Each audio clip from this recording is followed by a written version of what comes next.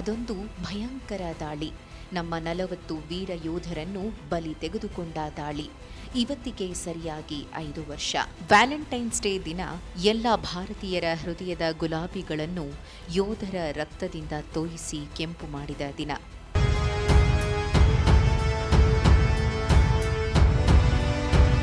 ಅವತ್ತು ಭಾರತೀಯರೆದೆಯಲ್ಲಿ ಹೊತ್ತಿಕೊಂಡ ಕಿಚ್ಚು ಪಾಪಿ ಪಾಕಿಸ್ತಾನವನ್ನು ಯಾವ ರೀತಿ ಕಂಗೆಡಿಸಿ ಹಾಕಿದೆ ಅಂದರೆ, ಅದಾದ ಮೇಲೆ ನಮ್ಮ ದೇಶ ಕೊಟ್ಟ ಏಟುಗಳಿಂದ ಆ ದೇಶ ಝರ್ಝರಿತವಾಗಿ ಹೋಗಿದೆ.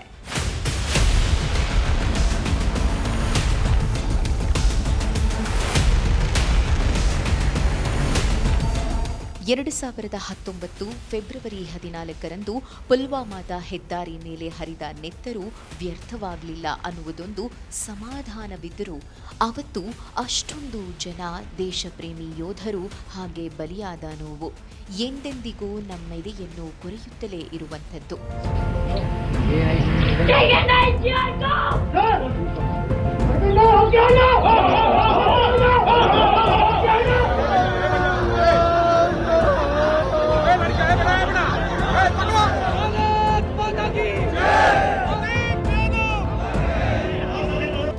ಸರ್ಕಾರ ಆ ನಂತರ ಹೊಡೆದ ಸರ್ಜಿಕಲ್ ಸ್ಟ್ರೈಕ್ನ ಹೊಡೆತ ಪಾಕಿಸ್ತಾನದ ಮೊಳಕಾಲನ್ನು ಸದಾ ಕಂಪಿಸುತ್ತಲೇ ಇರುವ ಹಾಗೆ ಮಾಡುವಂಥದ್ದು.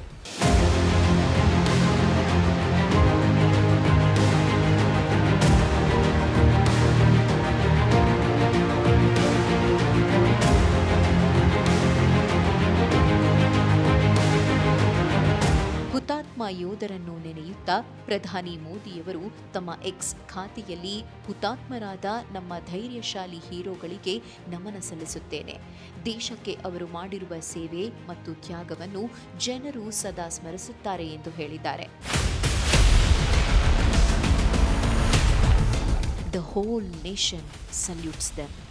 ವ್ಯಾಲೆಂಟೈನ್ಸ್ ಡೇ ಸಂಭ್ರಮದಲ್ಲಿ ಪುಲ್ವಾಮಾ ಬಲಿದಾನ ಮರೆಯಾಗದಿರಲಿ. Let's love our soldiers. ನಮ್ಮ ಸೈನ್ಯಕ್ಕೆಂದು ನೆಮ್ಮದಿಯಲ್ಲಿ ಕೆಂಪು ಗುಲಾಬಿ ಇರಲಿ.